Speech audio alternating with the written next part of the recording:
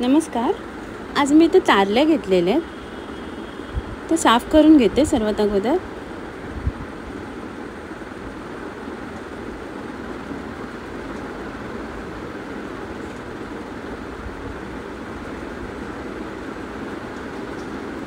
अशा प्रकारे सर्व साफ करून घेतलेले आहे. आता मीठ लावून बाजूला ठेवते. इथे वाटप काढून घेते. एक हिरव्या मिरचीचे आणि एक लाल सुक्या मिरचीचे. दोन्ही मिक्सरमधनं बारीक वाटून घेते.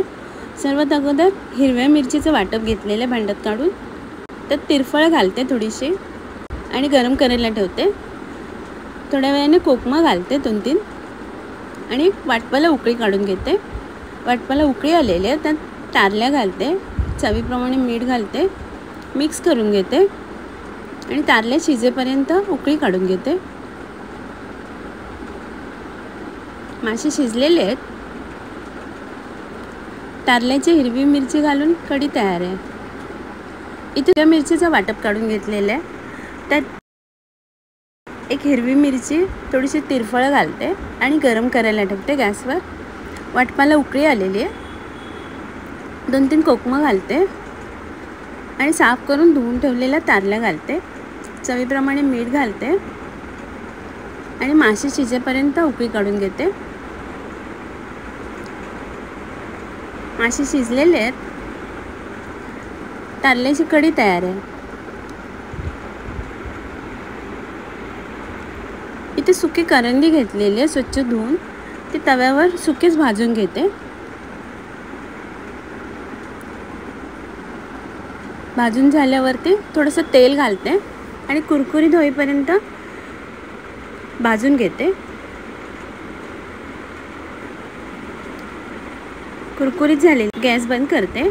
इथे एका भांड्यात ओलं खोबरं, बारीक चिरलेला कांदा, कोथिंबीर, हिरवी मिरची, लाल मिरची पावडर, चवीप्रमाणे मीठ आणि लिंबाचा रस घालते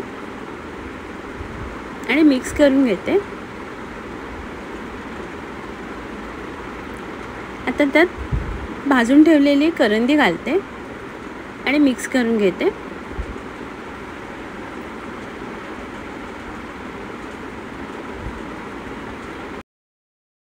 सुक्या सुंगटाचा किसमूर तयार आहे. इथे कारली फ्राय करण्यासाठी लाल मिरची पावडर, हळद, चवीप्रमाणे मीठ आणि कोकम आगळ घालून पेस्ट करून घेते आणि माशांना लावून घेते. इथे तांदळाचे पीठ आणि रवा मिक्स करून घेतलेले आहे. मसाला लावून ठेवलेला कारल्यांना लावून घेते. पॅनमध्ये तेल गरम करायला घेतले.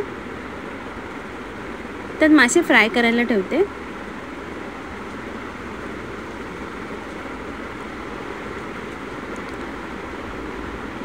आता दुसऱ्या बाजूने फ्राय करून घेते.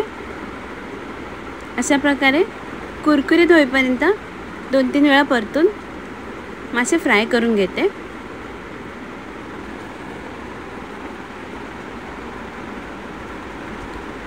मासे फ्राय करून झालेले आता मी काढून घेते आणि सर्व करते.